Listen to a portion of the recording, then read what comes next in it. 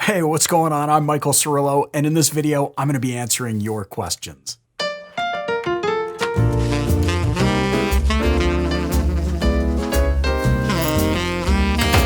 Alexa, turn on the lounge.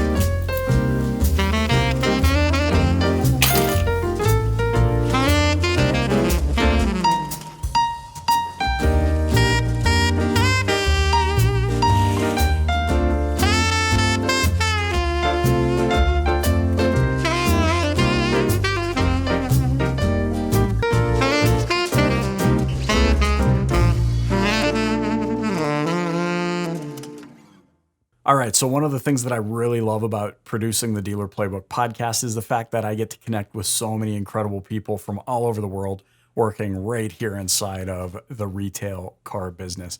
And one of the things that happens from that is that I get dozens of questions sent to my email and sent to Facebook Messenger and to LinkedIn and Twitter and all these sorts of things. And so what I thought I could do is answer some of those questions right here on this video. And as I look at them over the last, 4 years of getting questions sent to me on a regular basis, I noticed that a lot of them kind of have very similar themes. And so instead of boring you by going through each and every one of the questions individually, what I thought we could do here is just group those into, or group the questions into similar categories, and then we would just answer them in a blanket, kind of in 3 or 4 blanket questions. So we're going to do that right now. Here's the first question, all right?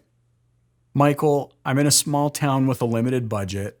What can I do to grow my dealership business?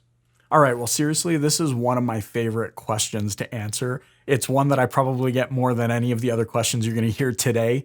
And for those of you that have asked me this question, know that my response is pretty passionate in that I love this scenario, whether it's small town, remote market, kind of out in the sticks in Timbuktu or whatever you want to call it, limited budget, or you just feel like you can't compete on budget because you don't have the revenue or the budget set aside that some of the big dealer groups have that you're competing against. Well, most of you that get an answer or a reply from me on this one know that I love this for a couple of reasons. First, there's nothing quite like being a big fish in a small pond. And so if you are kind of in a remote market or in a smaller dealership or in a smaller community, don't fret, okay? The first thing that you need to really pay attention to is this is where we're located. This is my market. I know I'm going to get some reports from my region. Some of those are going to contain reporting from dealerships in bigger markets. Don't worry about it. They're not you. They're not in your market. Put out of your head the fact that somebody else has expectations of your store who probably has never even set foot in it, who's probably never even looked your community up on Google Maps. So you get rid of all of the grief that you feel from irrelevant data. Is it data or data? Alexa, is it data or data? I pronounce that data, but I'm always working on how I say things and I might not have it right. I'm going to say data. Alexa says data. I'm going to say data. So put all of that data out of your head, that irrelevant data, okay? Because it's just going to cause you more stress than you really need to. And it's going to keep you from focusing on the things that you can do in this market that you're in. One of the things I like to remind people, and even myself, my team, everybody, is that the best online marketing, the best marketing you could do starts offline. So network. You've heard the saying, your network is your what? Net worth. And so you want to really focus on building relationships inside of the community. Think about, when's the last time you went and met other local business owners? Are you a member of the chamber in your area, the Chamber of Commerce? Are you going to those events? Are you part of a Rotary? Are you part of some sort of community organization, maybe the Boys and Girls Club, which is going to allow you to kind of get to meet other individuals and families and people in your community to build those relationships of trust? When it comes to this kind of problem and when it comes to the whole budget thing, so many people think that their success is dependent on what they can do online, what they can do in Google ads or what they can do in Facebook ads, what they can do with their website, maybe loading up their website with different plugins and tools. And, your competitors can afford these things, but you can't, and that causes a problem. Well, remember, the best marketing you can do starts offline. The best online marketing starts offline. And so focus on your network. Going to shake hands with other local business owners and getting to know them and showing interest in them. Guess what? You don't need a budget for a lot of those things. You don't need to be spending money on a lot of those things. But guaranteed, that handshake, right? The looking of somebody in the eye and getting to know them and building trust with them, that is by far some of the best work you could ever do when it comes to marketing your dealership. So that's probably what I've got to say on that one. All right, next question. I've got all these things I want to do, all these great ideas that I really believe will help the business, help the dealership, but I'm just not sure how to get buy-in. Okay, well, I get this question asked a lot from, frontline employees, sales pros. I get this question asked a lot by leadership layer within the dealership. And so I'm hoping I can maybe address this from both vantage points. So let's start with frontline employee. Maybe you're not in a leadership position in the dealership, but you have some cool ideas. Well, I talk about this in episode 171 of the podcast, so make sure you go check that out. But I want to give you some ideas here. The first thing you got to do when you really believe deeply that you have an awesome idea that's going to benefit you, your store, your coworkers, you want to put it on your leader's radar. Don't pass them in the hall and be like, oh yeah, I got a great idea, because they're going to be inclined to go, okay, well, let's hear it. Well, now you're unprepared. You're not going to be able to pitch it the right way. They're going to go, oh, cool. Well, let's look at that a little bit later. That's their way of, that was the worst prezo or presentation I've ever heard. They're going to sweep it under the rug. And then you're going to go home feeling discouraged because guess what? Like, let's be honest, they're not going to look at it. They got 1,000,001 things going at any given moment in time. So you don't want to do that. You want to put yourself on their radar by saying, hey, leader, send them an email maybe, and then follow up with them. Hey, leader, I've got some really cool ideas that I really believe are going to have a positive impact on sales or whatever it is. They're going to have a positive impact on morale, positive impact on culture, positive impact on the community, positive impact on, getting service business going. Whatever it is, whatever you believe the idea is going to help. Let them know, hey, I've been having some really cool ideas that I've seen work at other stores, that I've seen work in other markets, that I heard about at the conference. And I'm just looking for 5 to 7 minutes where I can run it past you. I'm really excited about it. Okay, so you put yourself on their radar. The second thing you want to do is, and this is kind of like selling a car a little bit, like you want to make sure you get that appointment and that you stick to it. So it goes into the calendar.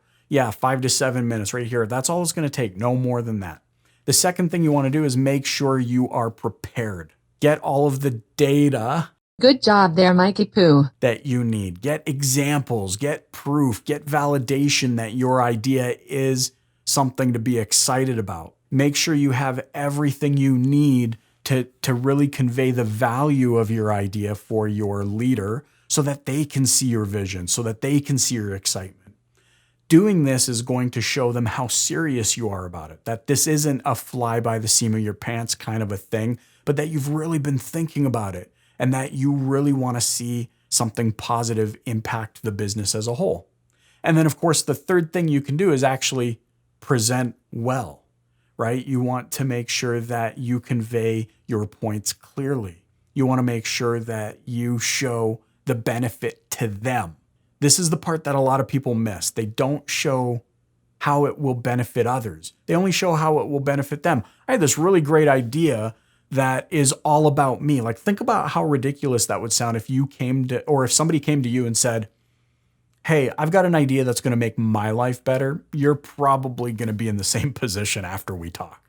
Like, it just doesn't make any sense. So make sure you package your idea properly to show how it's going to benefit them, the dealership, and yourself. Because again, if you're listening to the podcast, I quote the late Zig Ziglar more than anybody else. And my favorite quote of his is, when you help others achieve success, you'll have success. And I'm paraphrasing that, of course. But that's really it. The more people you can help achieve what they want, you will have everything that you want. All right, so now let's look at this same question, but from the leadership perspective. You know, as I've operated my organization and as we've gone through our ups and our downs, and as I've learned and grown as a leader and really invested in, acquiring and executing on as much knowledge as I possibly can, one of the things remains consistent. I, as the leader, you as the leader, set the tone for your business. It's as simple as that. And so if your mindset sucks and you are not invested in yourself, then of course you're going to have a poor culture. Your mindset will permeate to every facet of that organization. And so you cannot be upset if you have a poor culture, because 9 times out of 10, it starts with you. And so you've got some ideas and you've got some things that you believe are going to help your employees. Well, it's incumbent upon you as the leader to show interest in them individually, to stop talking so much about getting sales numbers up, to stop talking about how to get more appointments in the service lane, and to start talking about them more, to start saying good morning to them, to start bringing them into your office and learning about what makes them tick. What are they passionate about? And then it's kind of the same thing. It's, let's set a meeting. Let's set a team meeting. Let's put our idea on their radar. Like, hey guys, I just had some really awesome instruction given to me that I've been applying in my life, and I just really believe it's going to have a positive impact on this store and on you individually. And as you know, like, that's just something I really, really care about. So I'd like to schedule a 7-minute stand-up at the water cooler in the service bay on Thursday at 3:15 p.m. And then for those of you working a little bit later who might not be here, we're going to do it again at this same location at 7:15, or you know what I mean. And so you put yourself on your radar, and then it's the same thing. Come prepared. Prepare all of the data, prepare all of the validation, prepare your presentation. And then when you meet with them, speak to them in the terms that they're going to be receptive to. Speak to them about the things they're passionate about. So as you're presenting the idea, call them out and be like, hey, you remember Larissa, how you were talking about this? You remember Devin, how you were talking about this? Well, I really believe in what you're doing, and I think that's a great idea. And I think these tweaks are going to really help you be able to do more of that. And that's what you guys want, right? Or is that sound fair? Or what do you guys think about this? I'd like to now, this is kind of a key, I'd like to now get input from each of you so we can really round this out and make this something that we can dig into. Boom. Open forum, right? Open forum now. We're listening. We're showing interest in what everyone has to say and collectively coming to a decision, right? So everybody gives their ideas and you're validating. You know what? That's really interesting. That's a great idea. I hadn't thought about that. That's such a great idea. So you're doing that sort of a thing. Watch how quickly people come together. Watch how quickly your team comes together and goes, whoa, did we all collectively come up? Like, this wasn't just a top-down, let's do this. We're doing this because it's going to increase our numbers or whatever. It's just like, no, we're doing this to improve our lifestyle here. We're doing this to improve our business, and we're doing this to improve each of us that work here. All right. I think last question, and this is another really great one, and it's actually really it's really affiliated with everything we just talked about. And so the question goes, I feel like we need to really improve our poor culture at the dealership. What do you suggest? And so you can see everything I just talked about, getting buy-in from whether you're a team member or not in a leadership position or in a leadership position. You can hear some of those things are going to be very, very relevant to answering this question. So culture really is in many instances a top-down thing. The leaders need to have their mind right. The leaders need to be invested in themselves first. The leaders need to be invested in positivity. That needs to be just something that they believe in. But regardless of how your leader thinks, I do also believe that one positive, forward-thinking, happy individual can have an enriching, a nurturing effect on those with whom they associate. And so whether or not your leadership has the right mindset or not, it doesn't really matter. It matters in what you do for yourself. It matters in whether or not you're invested in yourself, whether or not you are contributing in a positive way to your circle of influence, whether or not you are happy and have measures set up in your life to keep you accountable to the things that you want to achieve. You can have a positive influence on those around you simply by having a positive mindset. And you don't need to be overboard like, oh yeah, hey, like it's all, peaches and cream in my world, but just like, hey, you know what? There's an opportunity here. This is really cool. Can I help you go beyond the donuts and coffee to try and make people happy in the moment? Like that might be part of it, but I don't know that that's a long-term play. But definitely what's going on in your head, that is a long-term play. It's a sustainable play. It's something that you can do. And so I find it interesting when I get questions that start with, how can we improve culture? Because how, at least for me, how is too philosophical. It's too like up in the clouds for me. How? There's so many people that get debilitated by how, like, oh, I don't know how. I prefer thinking in terms of what. What is like an action? What, or at least it kind of triggers the idea of there needs to be action. And so instead of saying, how can I improve the culture? Think in terms of like, what could I do today that I believe will have a positive impact on morale, on attitude, on productivity, like all of these things that kind of make up the culture of your store. You got to identify which one you really believe is going to need the most work. Prioritize. Oh, yeah, you know what? Productivity. And I believe if people were more productive, they'd be going home feeling more fulfilled. And if they're going home more fulfilled, maybe they're happier. And maybe that's going to have a positive impact on their family or their significant other, so that when they come back tomorrow, they're happy. And then they want to feel fulfilled again, and so they're more productive, right? Or maybe it's mindset. And you're like, yo, mindset is the thing. And I believe that if mindset improved, they would be more productive, and then they would go home feeling more fulfilled, and then they'd be happier, et cetera, et cetera. You have to pick the thing that you believe is going to be the most or is going to have the most benefit on your organization, and focus on that thing, and then go and then ask yourself, what can I do today that will help Tim, that will help Amanda be more productive, or that will help their mindset to see the positive in things. And so you have to really think in terms of what. Now, you're probably picking up on something here.